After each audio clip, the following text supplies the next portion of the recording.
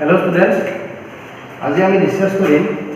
HS first ইয়াৰৰ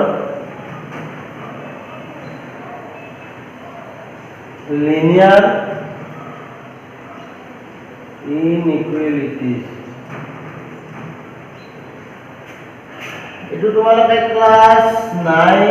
advance ম্যাথমেটিক্সত তোমালোকে পঢ়ি আহিছা লিনিয়াৰ ইনইকুৱেলিটিজ। এই লিনিয়াৰ ইনইকুৱেলিটিজৰ ওপৰত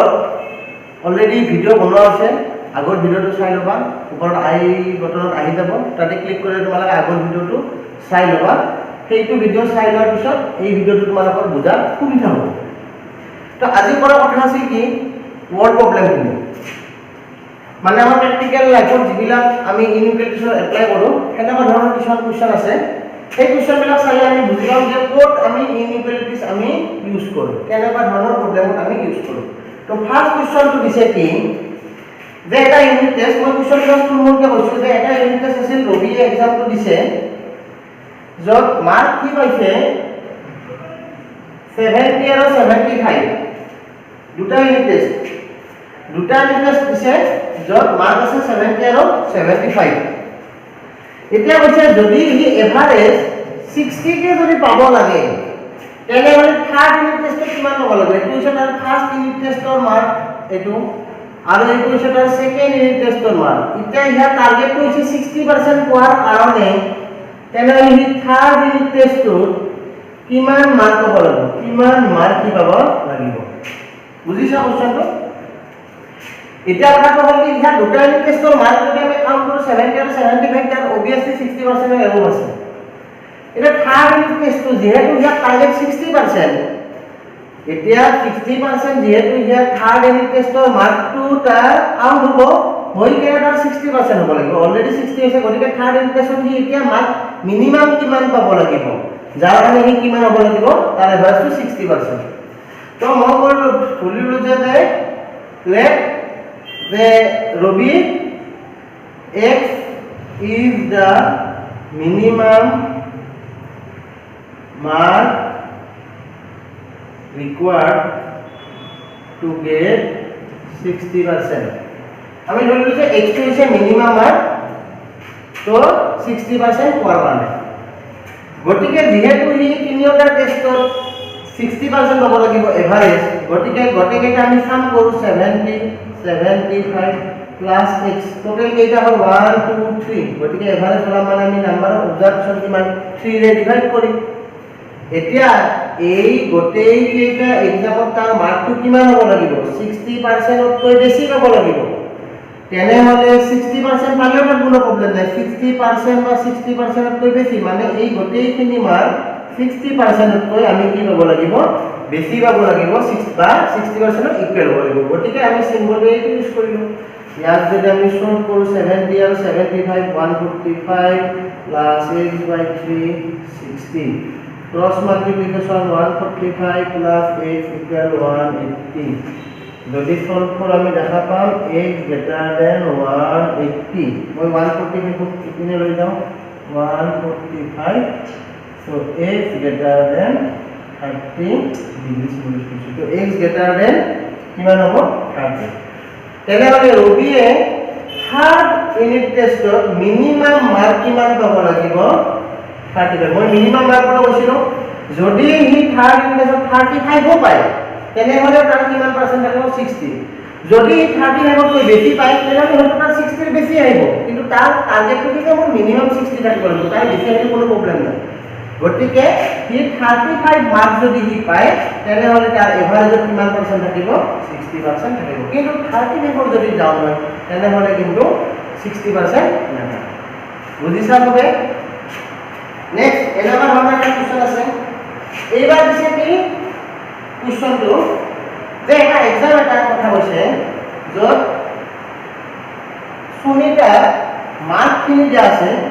এটা 5খন সাবজেক্টৰ মাৰ্ক দিয়া আছে চাগে, প্ৰথম 4টা পৰীক্ষা দিয়া আছে, মাৰ্কখিনি দিয়া আছে যে কি পাইছে 87 মই লিখি দিছো, তাৰপিছত বুজাই আছো 94 94 and 95। যে সুনিতা নামৰ ষ্টুডেণ্ট এটা এক্সাম এটা দিব, পাঁচখন সাবজেক্ট মানে 5টা এক্সাম দিব, তাৰে প্ৰথম 4টা এক্সাম এক্সামত 95 পাইছে তো এতিয়া কৈছে কি লাষ্ট যিটো এক্সাম সেই এক্সামত কিমান মাৰ্ক পাব লাগিব য'ত এভাৰেজ টু টাইপ কিমান থাকিব লাগিব 90% মানে এই গোটেইকেইটা মাৰ্ক যদি লগ কৰি আমি যদি হিসাব কৰোঁ তেনেহ'লে কিমান পাৰ্চেণ্ট হ'ব লাগিব 90% মানে এই গোটেইকেইটা আমি কি কৰিম প্লাছ কৰিম বুজিছা পিছতো তোমালোকে বুকত চাই ল'বা বুজি পাবা তো যিহেতু আমি ধৰি ললোঁ যে সুনিতাক কি কৰিলোঁ যে ধৰা হ'ল সুনিতা 5 নম্বৰ টেষ্টত অতি কমেও x মাৰ্ক লাগিব কিমান x আগৰটো দৰে একে কনসেপ্ট 87 প্লাস 92 94 95 আৰু কিমান ধৰিছিলো yes x গতিকে ডিভাইডেড বাই কেইটা সাবজেক্টৰ টোটাল 5 মিনিমাম মাৰ্ক টাই কিমান লাগে 90 বেছি পালে কিবা প্ৰবলেম আছে নাই গতিকে 5 প্লাস কৰি দিও 87 92 94 95 5 plus 4 9 9 plus 2 11 11 plus 7 19 इफाले है 1 9 plus 1 10 19 28 28 plus 8 28 plus 8 36 90 so cross multiplication করলে 369 plus x 90 into 5 450 so x is greater than 450 minus 369 so calculation যদি আমি করু দেখা পাম 450 এর পর 360 minus 369 minus করব 10 minus 9 1 ইয়াতে থাকে 4 ইজের পর 1 আর মানে 14 14 minus 6 করার লগে লগে আমি কিমান পাম 14 minus 6 করার লগে লগে 81 তেনেহলে আমি গম পালো যে সুনিতা লাস্ট এক্সামটোত কিমান মার্ক লাগিব 81 মিনিমাম মার্ক লাগিব যদি 81 পায় তেনেহলে তাই এভারেজটো কিমান থাকিব 90% থাকিব ক্যালকুলেশনটো তোমালোকে এবাৰ চাই লবা 369 হয় না নহয় আৰু এইপিনে প্লাস মাইনাসৰ ক্যালকুলেশন একবাৰ চেক কৰিবা প্ৰসেস এইটোৱে বুজিছা প্ৰসেস এইটোৱে গতিকে মনত ৰাখিবা যে মিনিমাম কৈছে না ম্যাক্সিমাম যদি কয় যে মিনিমাম মাৰ্ক 90 লাগিব তেনেহলে আমি সিম্বল এটো ইউজ কৰিম মিনিমাম যে হয়তো 81 বা তাতকৈ অলপ বেছি যে মিনিমাম বুলি কোৱাৰ লগে লগে যে আমি 90 টো ধৰিছো বা 90 কে মিনিমাম মানে কি যদি তোমাক এতিয়া মৰম যে এইটো এক্সামত তুমি মিনিমাম 80% পাব লাগিব যদি তুমি 85% পাবা কিবা প্ৰবলেম আছে নেকি নাই কিন্তু 79 মাৰ্কস পোৱাৰ লগে লগে কিন্তু প্ৰবলেম আছে কাৰণ মই তোমাক টাৰ্গেট ধৰি দিছিলো কিমান মার্ক পাব লাগিব 80% পাব লাগিব হয় না 80 মার্ক পাব লাগিব কিন্তু তুমি 79 পালে নহব কিন্তু 81 পালে হ'ব 80 পালে হ'ব 99 পালে হ'ব 100 পালে হ'ব ঠিক আছে গতিকে মিনিমাম মার্কস 90 বা 90 পালে বেছি পালে কথা নাই গতিকে আমি এই প্যাটার্ন ইউজ কৰিম আৰু যদি কয় ম্যাক্সিমাম যদি কয় ম্যাক্সিমাম যে মই যদি কম যে তুমি ইয়াৰে পৰা ম্যাক্সিমাম তাকে লৈ যাব পাৰিবা যে কোন যে ম্যাক্সিমাম তুমি a এৰ পৰা b ঠাইলে যাব পাৰিবা যে এনেকা হয় a b suppose c b এই তিনিটা প্লেস আছে মই কলো যে তুমি ম্যাক্সিমাম b b প্রিপেয়ার কৰি না যাবা এনেহলে তুমি c এৰ পৰা ঘুৰিলে কথা নাই কাৰণ তোমাক মই b হে বাৰ কৰিব মানা কৰিছো তুমি b লগি যোৱা b নাপাওতে আধাৰ পৰা ঘুৰি আহা তোমাৰ কথা কিন্তু ম্যাক্সিমাম লিমিট মই কিমান দিছো b তে হেনেবা কন্ডিশনত তেতিয়া আমি কি কৰিম যে লেস দেন এপ্লাই কৰিম আমি তেতিয়া যে একদম ম্যাক্সিমাম এই পইণ্টটো বা এই পইণ্টটো নাপালেও তাতকে অলপ কিবা কম হলেও কথা নাই তাতকে অলপ কিবা কম হলেও কথা নাই তো মিনিমাম আৰু ম্যাক্সিমাম কি দিয়া আছে এই কথাটো তোমালোকে ভালদৰে উত্তৰ দিবা কোৱেশ্চন নম্বৰ নেক্সট আছে 23 দিছে কি যে অযুগ্ম ধনাত্মক খণ্ড সংখ্যা ওর ইন্টিজার আচ্ছা জোর প্রত্যেকে বেশতকে সৰু আৰু সিহঁতৰ যোগফল 11তকৈ ডাঙৰ এনেধৰণৰ কৰিব যোগ বুলিব মানে কি কৈছে আমাৰ দুটা ইভেন্ট ইন্টিজাৰৰ কথা কৈছে ইভেন্ট ইন্টিজার মানে যুগ্ম অখণ্ড সংখ্যা হয় না যুগ্ম সরি দে অযুগ্ম অখণ্ড সংখ্যা ওড ইন্টিজার অযুগ্ম কৈছে অযুগ্ম অখণ্ড বা ওড ইন্টিজার তো এই অযুগ্ম সংখ্যাৰ কথা কৈছে তো অযুগ্ম মানে 1 3 5 7 9 এইবিলাক অযুগ্ম সংখ্যা এই দলটা জোৰৰে কথা কি কৈছে যে 10তকৈ কম কিন্তু অযুগ্ম অখণ্ড সংখ্যাৰ জোৰ গতিকে মই সংখ্যাটা ধৰি ললো যে সংখ্যাটা কি এটা x সাপোজ এটা x তো নেক্সট অযুগ্ম সংখ্যাটো কি হ'ব x + 2 হয়নে যদি এটা 3 পুট কৰো 3 পাছত নেক্সট অযুগ্ম সংখ্যাটো কি 5 গতিকে এটা লিখা হ'ব কি 3 + 5 ও সরি 3 + 2 যদি মই 9 লওঁ নেক্সটটো কি আহিব লাগিব 11 গতিকে 9 + 2 যদি +1 কৰো কিমান হ'ব 9 + 1 10 আহিব আমাক কি লাগে 9 11 13 হয় না নহয় এতিয়া আমি লিখিলো x + 2 প্ৰথম কন্ডিশনটো কি দিছে যে দুয়োটা সংখ্যা কি 10 তকৈ সৰু যে দুয়োটা 10 তকৈ সৰু এনে কিবা ডাঙৰ কোনটো x + 2 গতিকে একদম ম্যাক্সিমামটো লাগে আমি ধৰি ললো ই 10 তকৈ সৰু কাৰণ ই যদি 10 তকৈ সৰু তেনেহলে ই অবিয়াসলি 10 তকৈ সৰু হ'বই তো ফার্স্ট কন্ডিশন মতে আমি লিখিম according to question x + 2 less than 10 গতিকে আমি গম পালো x লেস দ্যান 8 তো আলটিমেটলি x এর ভ্যালুটো আমি যে কোনো প্রকারে কি হ'ব লাগিব 8 তকৈ কম নম্বৰ ল'ব লাগিব তো 8 তকৈ কম কি নম্বৰ ল'ম অখণ্ড সংখ্যা ইন্টিজাৰ ল'ম তো গম পালো x এৰ ভ্যালুটো 8 তকৈ সৰু হ'ব লাগিব সেকেন্ড শর্তটো কি দিছে যে কৈছে যে কি হ'ব যোগফল 11 তকৈ ডাঙৰ মানে এই নম্বৰ দুটাৰ সাম 11 তকৈ আৰু কি greater x + 2 greater than 11 number দুটা প্লাস করলে আর কি হয় 11 তকৈ বেশি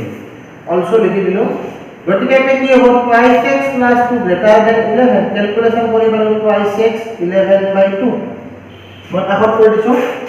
সো এটা কি হলো 2x 11 বাই সরি 11 - 2 প্লাস 11 - 2 গতিকে কিমান আহিল 9 so x 9/2 so x greater than 4.5 এটা একটা নাম্বার দিলো 2 তো from 1 and 2 এই 1 আর 2 পৰা গম পালো কি এতে x এর ভ্যালুটো from 1 and 2 এই যেটো x এই x টু 4.5 তকৈ কি ডাঙৰ আৰু কাটকে হলো 8 তকৈ সৰু কৰবা পাম 1 আৰু 2 সয় ইয়াতে x টু 8 তকৈ হলো লিখিছো x 8 তকৈ হলো x 4.5 তকৈ ডাঙৰ লিখিলো 4.5 তকৈ x টু ডাঙৰ হইল তো আমি x এৰ ভ্যালুটো কি পালো যে 4.5 তকৈ ডাঙৰ আৰু 8 তকৈ সৰু ইন্টিজাৰ কি কাৰণ এটা আমাক কি বলি কৈছে অখণ্ড সংখ্যা ইন্টিজাৰ তে 4.5 তকৈ ডাঙৰ ইন্টিজাৰ কি হ'ব x = 5 নেক্সট 6 নেক্সট 7 এই হ'ব মানে নহয় কাৰণ ৰেস্ট্ৰিকশন আছে কাৰণ 8 তকৈ কম হ'ব লাগিব 8 ৰ ইকুৱেল হ'ব 8 তকৈ কম তেনেহলে x = 5 6 7 তেনেহলে যেতিয়া x = 5 হ'ব তেনেহলে দৰ কেটা কি হ'ব এটা 5 7 হ'ব পাৰে কাৰণ 5 5 + 2 7 যদি 6 ফুট কৰো তেনেহলে কি হ'ব 6 + 2 8 এটা কথা হ'ল কি 6 + 2 হ'ব না নহয় 6 আৰু 8 হ'ব পাৰে নে নোৱাৰে কাৰণ কি বুলি কৈছে অযুগ্ম সংখ্যা গতিকে 6 8 হ'ব নে নহয় এবাৰ যদি মই 7 ফুট কৰো তেনেহলে কিমান হ'ব 7 7 + 2 কিমান হ'ব 9 তো आंसर কি হ'ব এটা 5 7 বা 7 9 5 7 কেন কি হ'ব यस দুটা যদি সাম কৰো কিমান হয় 12 11 কৈ ডাঙৰ ক্লিয়াৰ 7 আৰু 9 ফার্স্ট কন্ডিশন মতে 10 কৈ হ'ব আছে দুটা হ'ব ঠিক আছে আৰু সাম যদি কৰো কিমান হ'ব 7 + 9 16 কোড কন্ডিশন আছে यस 11 কৈ ডাঙৰ হয় না তো आंसर আমি পাই গলো বুজিছা একদম কনসেপ্ট কোনো চিন্তা নাই ভালদৰে ভিডিওটো চাই থাকা ভিডিওটো ভাল লাগিলে তোমালোকে লাইক কৰিবা কমেন্ট কৰিবা নিজৰ ফ্ৰেণ্ডৰ লগত শেয়াৰ কৰিবা কমেন্টত জনাই দিবা কেনেকুৱা হৈছে ভিডিওবিলাক সাউন্ড কোৱালিটিটো ইমপ্ৰুভ হ'ব মই অলৰেডি অৰ্ডাৰ দিছো স্পিকাৰ এটা মাইক এটা অৰ্ডাৰ দিছো আহিলে ভাল হৈ যাব নেক্সট এবাৰ চাবা 24 নম্বৰ কোৱেশ্চন যে কি দিছে যে ক্ৰমিক যুগ্ম ধনাত্মক অখণ্ড সংখ্যাৰ জোড় এটা প্ৰত্যেকই 5 তকৈ ডাঙৰ আৰু ইহঁতৰ যোগফল 23 তকৈ সৰু ক্ৰমিক যুগ্ম ধনাত্মক অখণ্ড সংখ্যা মানে কি কৈছে কনজুগেটিভ ইভেন ইন্টিজাৰ য'ত দুয়োটাৰ ভ্যালু কি কৈছে 5 তকৈ ডাঙৰ ফাইনাল তোমালোকে বুকত পেজ নম্বৰ 112 হয় নে নহয় তো আমি নাম্বাৰটা ধৰিলো x যেহেতু আমাৰ কি কৈছে যুগ্ম আমাৰ কি অখণ্ড সংখ্যাৰ জোড় যদি 2 লৈছো তেনেহলে এটা কি 2 + 1 = 3 হ'ব নহব নহয় 2 + 2 লিখিম 4 যদি 10 লৈছো 12 20 লও যদি 22 মানে কথা এই মানে স্ট্রাকচার তুমি বুঝাইছো কোশ্চেন মতে নহয় যে x, x + 2 কিয় লিখো কনজুগেটিভ বা জোড় বুলি কোৱাৰ লগে লগে আমি x, x + 2 কিয় লিখিছো সেইটোহে মই কৈছো যে যিকোনো নাম্বাৰটা যদি যুগ্মৰ লগত 2 যোগ কৰো নেক্সট যুগ্ম সংখ্যা পাম অযুগ্ম সংখ্যাৰ লগত যদি 2 যোগ কৰো আমি অযুগ্ম সংখ্যা পাম কিন্তু যুগ্ম সংখ্যাৰ লগত যদি 1 যোগ কৰো তেনেহলে কি আহিব অযুগ্ম সংখ্যা 6 যোগ 1 কিমান 7 7 টু কি সংখ্যা অযুগ্ম 9 অযুগ্ম সংখ্যাৰ লগত যদি 1 যোগ কৰো 9 যোগ 1 কিমান হ'ব 10 এটো কি সংখ্যা যুগ্ম সংখ্যা গতিকে আমি যুগ্ম সংখ্যাৰ লগত যদি 2 যোগ কৰো যুগ্ম সংখ্যা পাম, অযুগ্ম সংখ্যাৰ লগত যদি 2 যোগ কৰো অযুগ্ম সংখ্যা পাম। উদাহৰণ কেইটা কৈ দিলো তোমালোকে ভালদৰে বুজি ল'লা নিশ্চয়। এটা x আৰু x প্লাস 1 প্ৰথম কন্ডিশন কি হৈছে দুয়োটা ভ্যালু 5 তকৈ ডাঙৰ হয় নে নহয়? তো ইয়াৰ লগত সমস্যা কাৰ লগত আছে ই ডাঙৰ কথা নাই, ই তো অলৰেডি ইয়াতকৈ ডাঙৰ। যদি ইয়াক 5 তকৈ ডাঙৰ কাৰণ চোৱা x তকৈ x প্লাস 2 ডাঙৰ, x তকৈ x প্লাস 2 ডাঙৰ হয় নে নহয়? x যদি 10 হৈছে তেনেহ'লে কি কিমান হ'ব 12। যদি মিনিমাম টো যদি মই 5 তকৈ ডাঙৰ বুলি দেখাই দিও তেনেহ'লে কি অবভিয়াসলি ডাঙৰ হ'বই। গতিকে মিনিমাম নাম্বাৰটো কি তো কৈছে কি যেহেতু দুটা নাম্বাৰ 5 তকৈ ডাঙৰ তেনেহ'লে লিখিম x greater than 5। First condition লিখি ললো হয় নে? তো x greater than আহিল আমাৰ কিমান 5। নেক্সট কি কৈছে ইহঁতৰ যোগফল 23 তকৈ সৰু অলসো ইহঁতৰ যোগফল x plus 2 less than 23 হয় নে নহয়? তো প্লাস কৰিম twice x plus 2 less than 23। তো twice x equal 23 minus 2 equal twice x less than 21। so আমি 21 ক ডিভাইড কৰিম আমি 2 ৰে, তো পৰতে আমি কিমান পালো x less than 10.5। তো দেখা পালো কি from 1 and 2 ৰ পৰা আমি কি পালো যে x ৰ ভ্যালুটো 5 তকৈ ডাঙৰ বা less than 10.5। এতিয়া কথাটো কোৱা 5 তকৈ ডাঙৰ আৰু 10.5 ৰ মাজত কি কি আমাৰ ইন্টিজাৰ আছে কৈ যোৱা। লগতে এটা কথা মনত ৰাখিবা ই কি নম্বৰ বুলি কৈছে যুগ্ম, তেনেহ'লে 5 তকৈ ডাঙৰ যুগ্ম সংখ্যা কি 6 8 10.5 যেহেতু আমি 10 লিখিব পাৰিম 10, তেনেহ'লে জোড়বিলাক কি হ'ব 6 plus 2 8 বা 8 plus 2 কিমান হ'ব 10 আৰু যদি 10 লওঁ 10 plus 2 কিমান হ'ল 12। so গোটেই কেইটা জোড় 5 তকৈ ডাঙৰ ফাৰ্স্ট কন্ডিশন স্যাটিসফাই। গোটেই কেইটাৰ যোগফল 23 তকৈ সৰু 6 যোগ 8 14 23 তকৈ সৰু 8 যোগ 10 কিমান 18 23 তকৈ সৰু 10 যোগ 12 22 23 তকৈ সৰু। ইয়াৰ পিছত যদি নম্বৰ যদি আমি ভুলতে যদি 10 লওঁ বা আমি যদি 12 লৈ লওঁ তেনেহ'লে কিমান হ'ব 12 তাৰ নেক্সট কিমান হ'ব 14 12 plus 14 26 কোনো ফালে নিমিলে ইয়াতো স্যাটিসফাই নহয় ইয়াতো স্যাটিসফাই নহয়। গতিকে আমাৰ आंसर হ'ল বুজি পাইছা নহয় নিশ্চয় তোমালোকে। Next question number 25। তোমালোকে বুকত যিবিলাক এক্সাম্পল আছে নহয় এই এক্সাম্পলবিলাকো ভালদৰে চাই ল'বা দেই। 25 নম্বৰটো কি কৈছে যে এটা ত্ৰিভুজৰ দীৰ্ঘতম বাহুটো হ্ৰস্বতম বাহুটোৰ 3 গুণ। তো এটা কি কৈছে ত্ৰিভুজৰ যেটা একদম দীঘল বাহুটো একদম সৰু বাহুটোৰ কি বুলি কৈছে 3 গুণ। ঠিক মানে একদম লংগেস্ট সাইডটো স্মলেস্ট সাইডৰ 3 টাইমস। এটা কথাটো হ'ল আৰু লগতে কৈছে কি যে তৃতীয় বাহুটো দীৰ্ঘতম বাহুটোতকৈ 2 সেন্টিমিটাৰ ছুটি আৰু যেটো তৃতীয় বাহু মানে সাপোজ এই এটা ট্ৰায়াঙ্গল আমি এনেকৈ ড্ৰ কৰিছো এটো সবচেয়ে সাপোজ লংগেস্ট সাইডটো হৈছে এটো আৰু এটো সবচেয়ে শৰ্টেস্ট সাইড আৰু ইয়াক মই নাম দিছো থাৰ্ড সাইড। এটা কৈছে কি এই লংগেস্ট সাইডটো ইয়াক 3 টাইমস মানে ইয়াৰ লগত ই যদি 3 সেন্টিমিটাৰ হয় তেনেহ'লে লংগেস্টটো হ'ব 3 * 3 কিমান 9 আৰু ই আৰু কৈছে লংগেস্টটোতকৈ 2 কম 9 - 2 7 মানে এটা জাস্ট एग्जांपल মই দেখাই দিছো এইটো কন্ডিশন। গতিকে গোটেইখিনি কথা নিৰ্ভৰ কৰি আছে স্মলেস্ট সাইডটোৰ ওপৰত। বুজিছা কোৱেশ্চনটো ভালদৰে পঢ়া বুকত কি আছে আৰু মই তোমালোকক যিখিনি ডিসকাস কৰিলো কথাখিনি গুৰুত্ব দি শুনা। গোটেইখিনি কথা কাৰ ওপৰত নিৰ্ভৰ আছে এইটোৰ ওপৰত স্মল সাইডটোৰ ওপৰত নিৰ্ভৰ হৈ আছে হয় নে নহয়? তেনেহ'লে আমি ধৰি লম যে ধৰা হ'ল বা লেট দা স্মলেস্ট সাইড বি x। তো আমি স্মল সাইডটো কিমান ধৰি ললো আমি x। তোমালোকে ভালদৰে ডিসিপ্লিন কৰি লিখিবা মই বুজাই দি আছো স্মলেস্ট সাইডটো ধৰি লম কি x। যদি স্মলেস্ট সাইডটো তোমাৰ যদি x হয় তেনেহ'লে লংগেস্ট সাইডটো কি হ'ব 3x। Yes longest side equal to কিমান হ'ব 3x। বুজিছা আৰু কি কৈছে যে শৰ্ট যেটো থাৰ্ড সাইড সেই থাৰ্ড সাইডটো কি যে এই থাৰ্ড সাইডটো লংগেস্ট সাইডতকৈ কিমান কম 2 সেন্টিমিটাৰ কম হয় না নহয় চাই লওক কি দিছে यस 2 সেন্টিমিটাৰ শৰ্ট। গতিকে আমি লিখিম থাৰ্ড সাইড ইকুয়াল 3x - 2। বুজিছা এইখিনি আমাৰ কন্ডিশন আমি সাইড কেটা পাই গেলো গোটেই কেটা শৰ্ত মানে যি কন্ডিশন দিছে লিখি ললো। এতিয়া ত্ৰিভুজটোৰ পৰিসীমা 60 অন্তত কি বুলি কৈছে মিনিমাম 61 সেন্টিমিটাৰ। পৰিসীমা কি আছে ত্ৰিভুজৰ তিনিওটা বাহুৰ আমি যদি যোগফল লওঁ তেনেহ'লে ত্ৰিভুজটোৰ আমি কি পাম পৰিসীমা পাম ইয়াতে তিনিওটা বাহুৰ আমি কি লম বাহুকেইটাৰ যোগফল লম তো যোগফল লম x + 3x + 3x - minimum 61 centimetre মানে আলটিমেটলি 70 হলে সমস্যা নাই 100 হলে সমস্যা নাই 110 যি হোক সমস্যা নাই কিন্তু 60 হলে কিন্তু সমস্যা আছে কারণ মিনিমাম হলে হচ্ছে অন্তত গতিকে আমি এটা লিখিম এনেকে 61 দিছে নহয় ইয়েস তেনেহলে আমি অন্তত বলে কৈছে কারণে আমি কি লিখিম যে মিনিমাম মানে আটকে বেশি হলে কোনো সমস্যা নাই তো 3x + 3x + এটি কিমান হ'ব 9x - 2 greater than 61 মই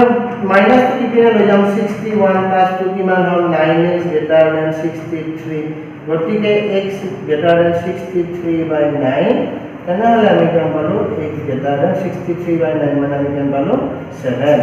তেনেহলে আমি গম পালো যে মিনিমাম সাইডটো আমাৰ কিমান হ'ব লাগিব ইয়াতে 7 হ'ব লাগিব ঠিক আছে আৰু মিনিমাম সাইডটো যদি 7 এটা বুজিছে কি কুৱেশ্যনটো লাষ্টত কি দিছে তেলা হস্ততম বাহুৰ সৰ্বনিম্ন দৈৰ্ঘ্য কিমান ইয়া একদম যেটো শৰ্টেষ্ট সাইডটোৰ আমাৰ মিনিমাম কিমান হ'ব লাগিব ইয়াৰ সাইড মিনিমাম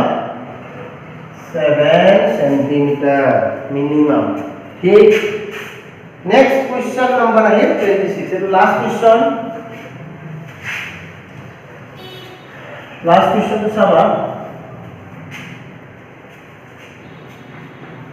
দেখি দিছে 91 সেন্টিমিটার দীঘল এখন বোৰ্ডৰ পৰা এজন মানুহে তিনিটা খণ্ড কৰিব বিচাৰিলে তো এখন বোৰ্ড এখন আছে 91 সেন্টিমিটাৰ কি মানুহজনে তিনিটা খণ্ড কৰিব মানে কাটি ল'ব তিনিটা দ্বিতীয় খণ্ড দৈৰ্ঘ্য হস্ততম খণ্ডতকৈ 3 সেন্টিমিটাৰ যেটো সেকেন্ড পাৰ্ট আছে সেকেন্ড পাৰ্টটো যেটো একদম স্মল পাৰ্টটোকে 3 সেন্টিমিটাৰ বেছি লং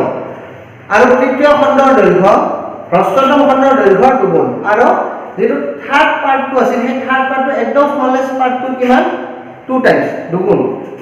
যদি তৃতীয় খণ্ডৰ দৈৰ্ঘ্য দ্বিতীয় খণ্ডতকৈ অন্তত 5 সেন্টিমিটার বেছি দীঘল হয় যে তৃতীয় যেটো খণ্ডটো দ্বিতীয় খণ্ডতকৈ 5 সেন্টিমিটার বেছি যদি দীঘল হয় তেনেহলে হস্ততম বৰ্ডৰ সম্ভাব্য দৈৰ্ঘ্য কিমান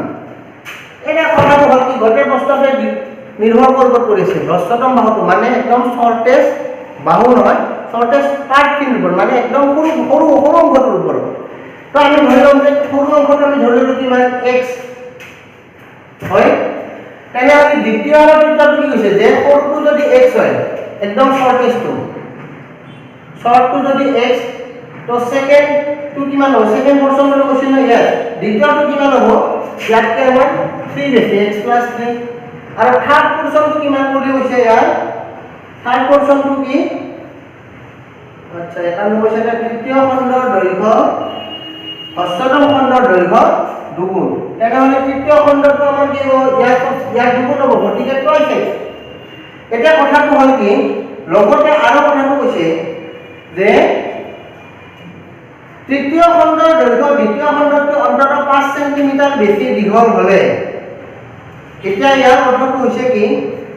যে তৃতীয় খণ্ডৰ দৈৰ্ঘ্যটো যেটো হস্ততম খণ্ড মানে দ্বিতীয় খণ্ডৰ দৈৰ্ঘ্যতকৈ কিমান বেছি বুলি কৈছে অন্তত 5 সেন্টিমিটাৰ কি যদি বেছি হয় অন্তত বুলি কৈছে অন্তত বুলি কোৱাৰ লগে লগে মিনিমাম যদি এটো বেছি হয় এই এটা কন্ডিশন আৰু লগতে কি কৈছে এই গোটেইটা সাইডটো প্ৰথমতে কৈছিল কিমান আছিল হাত দৈৰ্ঘ্যটো কিমান দৈৰ্ঘ্য বুলি কৈছিল আমাৰ ইয়াতে 91 সেন্টিমিটাৰ গতিকে x + 3 + twice x এই গোটেইটা দৈৰ্ঘ্য কিমান বুলি কৈছে 91 সেন্টিমিটার আমি এতে লেস দেন ইকুয়াল 91 লিখিম বুজি পালানে এইটা প্রশ্ন আছে কন্ডিশন কেনেকৈ লিখিছিল মই কৈ দিছিলো সেকেন্ড কন্ডিশন এটা কৈছিল যে দ্বিতীয় থার্ড যেটো পোরশনটো সেকেন্ড পোরশনতকৈ অন্তত 5 বেছি তো মিনিমাম 5 বেছি মই লিখি ললো কিন্তু এই কন্ডিশনটো মই কোৰ পৰা লিখিলো ইয়াতে কি কৈছিল যে 91 সেন্টিমিটাৰ দীঘল বোৰ্ড এখনৰ মানুহজনে কেইটা টুকুৰা কৰিব তিনিটা টুকুৰা তেনেহলে এই টুকুৰা কেইটাৰ যোগফল 91 হ'ব বা তাতকৈ কম এই টুকুৰা তিনিটা কিন্তু আমাৰ সৰ্বনিম্ন বা আমাৰ সৰ্বোচ্চ একো কোৱা নাই অন্তত বলিও কোৱা নাই বা সৰ্বোচ্চ বলিও কোৱা নাই কিন্তু 91 আমি কি হলিছো নিজে ফিল কৰিছো নিজে বুজি ল'ব লাগিব কি বুজিব লাগিব যে যেহেতু এটা টুকুৰাৰ পৰা আমি কাটিম তাৰে পৰা ওয়েস্ট হ'ব কিন্তু তাতকৈ বেছি কিন্তু নহয় টোটেল দীঘল আছে 91 সেন্টিমিটার তো 91 ৰ পৰা তুমি কাটিলে ম্যাক্সিমাম তুমি 91 ইউজ কৰিব পাৰিবা কাৰণ তোমাৰ যদি অলপ খেলি মেলি হৈছে 91 কো কিবা কম হ'ব হয় নে নহয় ৰছিদালৰ দীঘল 91 তুমি তিনটাটো পুৰা কৰিছা খেলি মেলি হৈ 91 কে হয়তো কমহে হ'ব 91 কৈ বেছি কিন্তু নহয় গতিকে সেই কাৰণে 91 ৰ সমান বা 91 কে কি কম তেনেহলে যোগ কৰো আমাৰ x plus 5x 3x 3 less than 91 3x 91 minus 3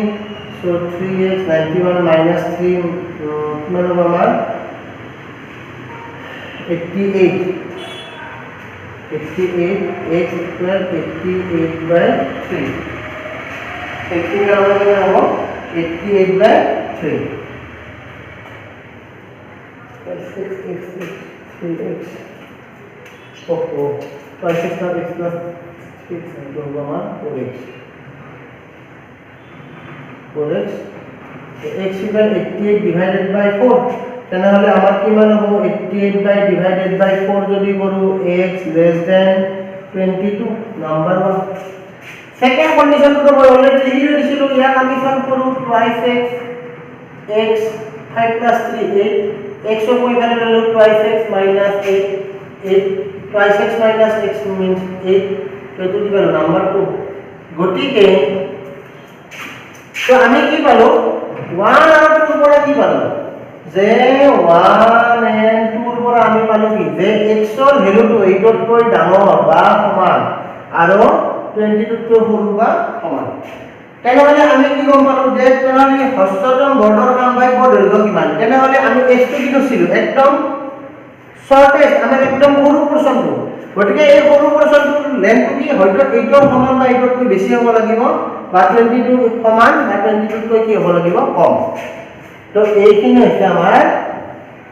এনসাৰটো যত আমাৰ একদম শৰ্টেষ্ট সাইডটো লিখিনি হৈছে তাত ভ্যালু যত 8 ইকুৱেল বা 8 কে কি হ'ব লাগিব বেছি 22 ইকুৱেল বা 22 কৈ কম লেস হ'ব লাগিব এইখিনি সহজ প্ৰবলেমখিনি আমাৰ complete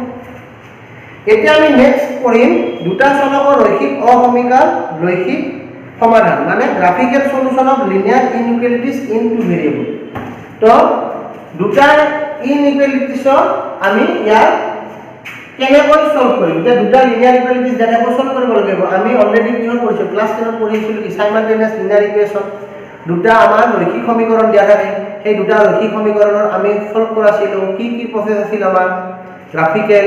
cross multiplication substitution elimination হয় না নহয় আমাৰ অসমত কি আছিল গ্ৰাফৰ পদ্ধতিত কৰিব পাৰো বজ্ৰগুণৰ পদ্ধতি আমি সংস্থাপন কৰিব সাবস্টিটিউশন কৰো এলিমিনেশন আমাৰ কি আছিল x ৰ y ভ্যালুটো আমি ক্যান্সেল কৰো তো এনেকা কৰা আছিল সেইটো আছিল আমাৰ কি লিনিয়াৰ ইকুৱেশ্যন আছিল এটো আছিল লিনিয়াৰ আমাৰ কি হ'ব ইনইকুয়ালিটিজ দুটা থাকিব এই দুটা লিনিয়াৰ ইনইকুয়ালিটিজক আমি কেনেকৈ সলভ কৰিব পাৰো ইয়াৰ পিছৰ চেপ্টাৰত আমি কৰিম ভিডিওটো কেনে পাইছা তোমালোকে কমেন্ট বক্সত জনাই দিবা কিবা যদি ডাউট আছে কবা চেনেলটো লাইক কৰিবা সাবস্ক্ৰাইব কৰিবা শেয়াৰ কৰিবা তোমালোকক ৰিকুৱেষ্ট থাকিল ধন্যবাদ থ্যাংক ইউ